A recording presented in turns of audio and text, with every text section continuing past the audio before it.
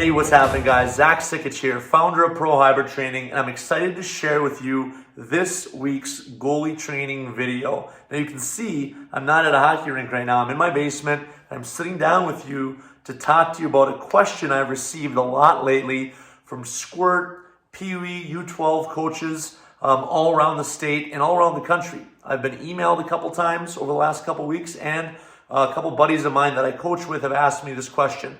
And the question is, how do I handle rotating goalies during the season? Now, a lot of youth hockey teams are fortunate enough to have two goalies, and some goalies like to play an entire game. Other goalies like to come in halfway through, and some coaches have preferences. So the answer to this question starts with communication. Ask the question. As a coach, we want to be asking questions to your goalies and sit them down and say, hey guys, we have two great goalies this year. Our plan is to rotate you guys evenly, share the playing time, but I want to understand what is your preference. So it's so important to have that clear communication. And some goalie partners may love to play entire games. Well, great. Alternate who starts. Some goalies may like to play half games. So ask them, do you have a preference? You know, my goalies on my daughter's Scorpio 1 team, their name is Kellen and Marco. So I go to Kellen and Marco and say, hey guys, what is your preference? Do you like starting more? Do you like coming in? Do you want to rotate who starts and who comes in halfway? And those guys like to alternate who starts and like to alternate games. So Marco starts game 1, Kellen comes in halfway through, and then game 2, Kellen comes in and Marco finishes. And then I always tell them, I say, hey guys, at any given time you want to switch this up, if you want to switch to full games, make sure you talk to each other and then come to me.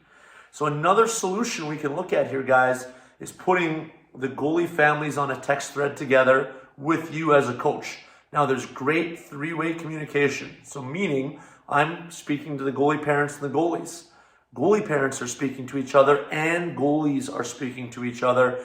So you can imagine throughout the season, there might be a game where one goalie has a conflict, whether it's a family activity, an illness, a vacation, another sport. So now those goalie parents can communicate and say, all right, Marco's going to miss Friday because of a family commitment. Kellen's going to start and play the whole game Friday. And then you know what? Marco's going to play the whole game Saturday. So it's so important to have that communication. And another thing we want to look at here is the skill and the confidence that we get from having to come off the bench. Now we hear it as an excuse a lot. You know, I wasn't warm. I came in halfway through and we struggled. So it's a great skill to have as a goalie to be able to come off the bench and help the team out. Okay, so you can learn that skill because later in your hockey career, goaltenders, you may have to come off the bench in high school or in junior if you have the desire to make it that far, or in college, or like myself, my first opportunity to really come off the bench, and I was playing maybe only a third of the games in junior in the USHL, and the starting goaltender, his name was David Bowen in the USHL in Sioux Falls. Bowie was really struggling. We're out playing the National Development Program, and I was an 18-year-old rookie in the USHL, and I wasn't playing very much. I was backing up all the games, and Bowie struggled in the first period. The team wasn't playing very well in front of him. So Coach Motzko put me in, and I played the second and third periods and played really, really well, and then actually earned the spot on the team to stay because of my performance in that game. And then I got extra playing time and I earned more minutes, and then actually came back my second year of junior and was a starting goaltender. So I developed that confidence coming off the bench by doing it a lot in youth hockey, by doing it a lot in high school hockey. So when I needed to perform coming off the bench, I was ready and I was prepared and I was confident. So that's one thing to look at. Now, finally, the question we get is it okay to pull a goaltender? Obviously, professional, college, junior, high school, yes. You see that all the time. But as a youth hockey coach, I get the questions, is it okay to pull my goalie?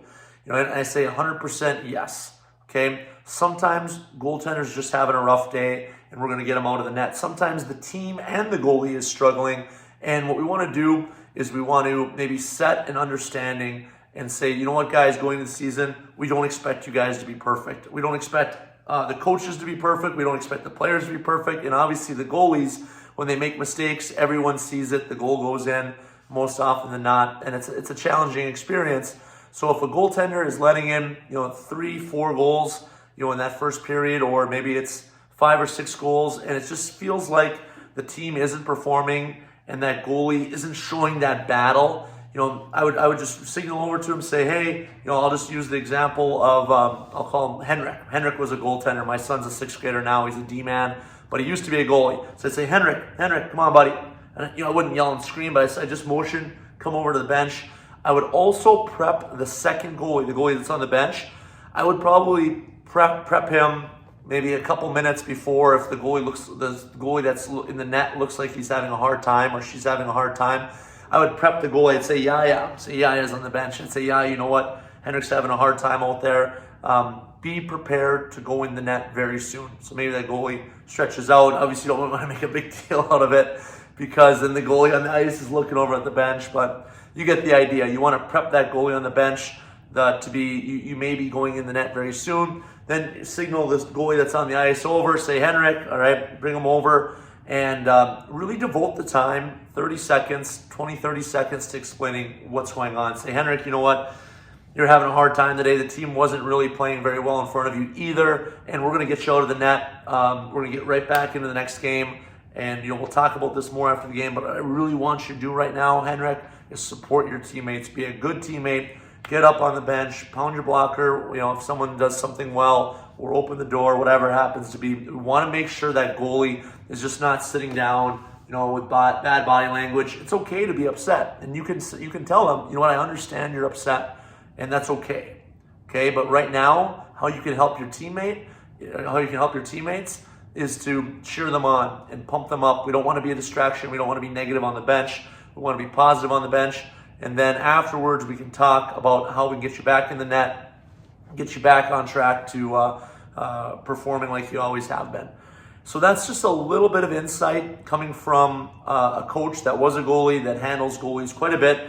And the only mistake you can really make as a coach in this situation is not setting the expectation early and not communicating, like pulling the goalie and not talking to him, or leaving a goalie in there that is clearly not fit, mentally or physically at that point to be in the net, and it gets ugly, and that could compound the challenges. So the number one thing here is set the expectation in the beginning of the season.